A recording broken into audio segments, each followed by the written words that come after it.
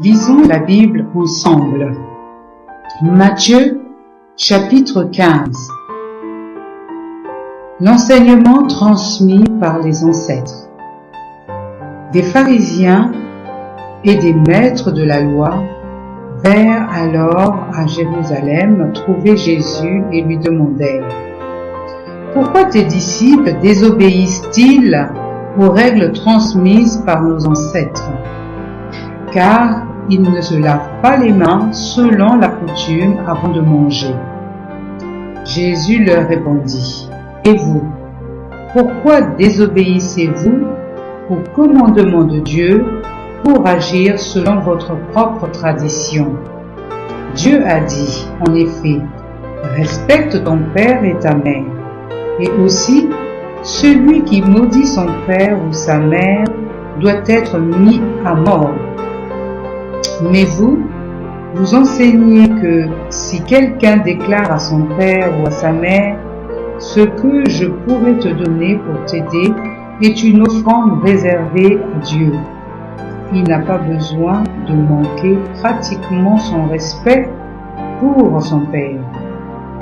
C'est ainsi que vous annulez l'exigence de la parole de Dieu pour agir selon votre propre tradition.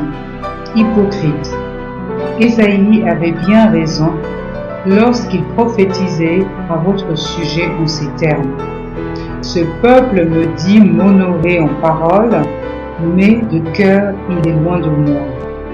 Le culte que ces gens me rendent est sans valeur, car les doctrines qu'ils enseignent ne sont que des prescriptions humaines. Les choses qui rendent un homme impur. Verset 10. Puis Jésus appela la foule et dit à tous: Écoutez et comprenez ceci.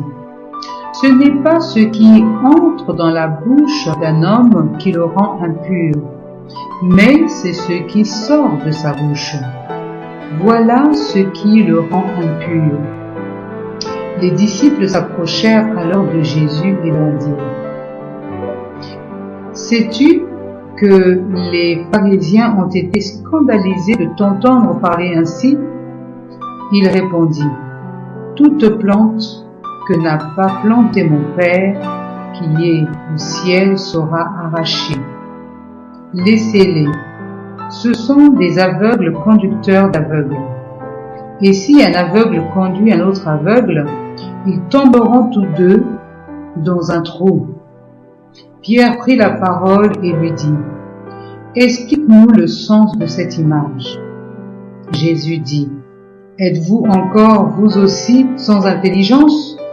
Ne comprenez-vous pas que tout ce qui entre dans la bouche de quelqu'un passe dans son ventre et sort ensuite de son corps?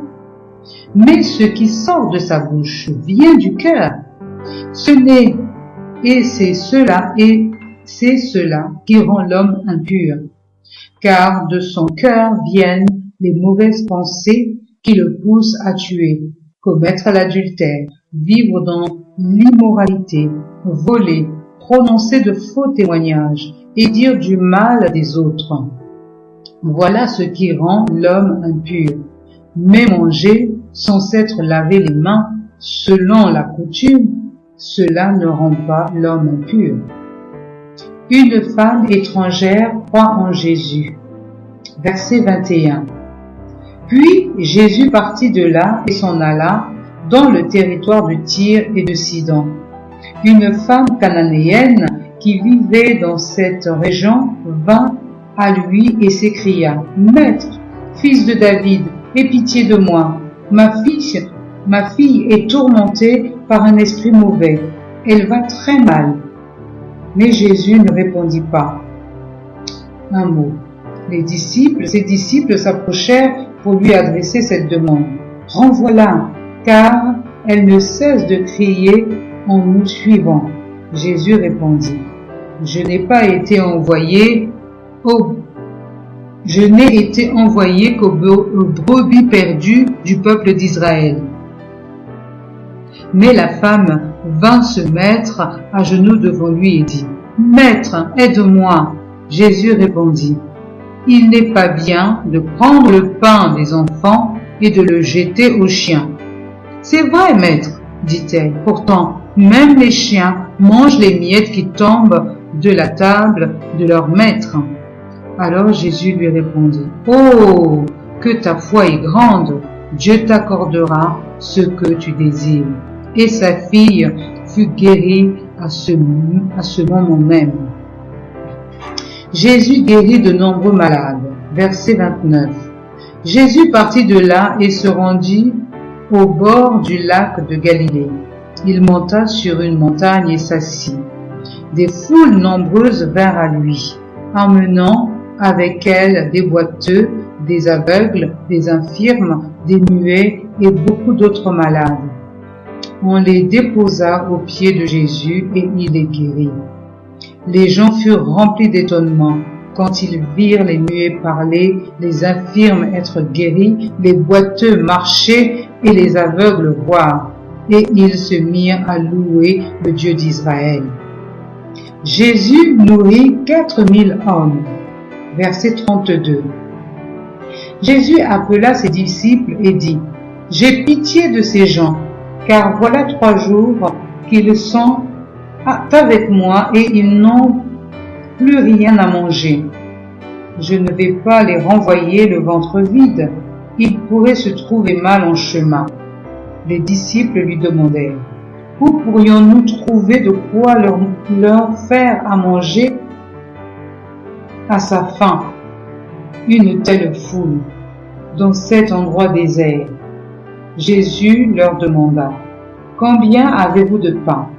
Et ils répondirent, « 7 et quelques petits poissons. » Alors il ordonna à la foule de s'asseoir par terre.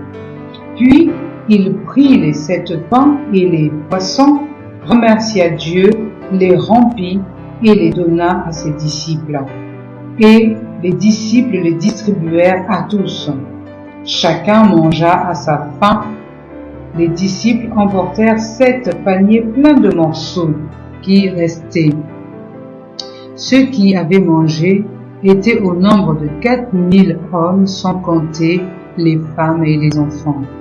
Après avoir envoyé la foule, Jésus monta dans la barque et se rendit dans la région de Magadon. Amen.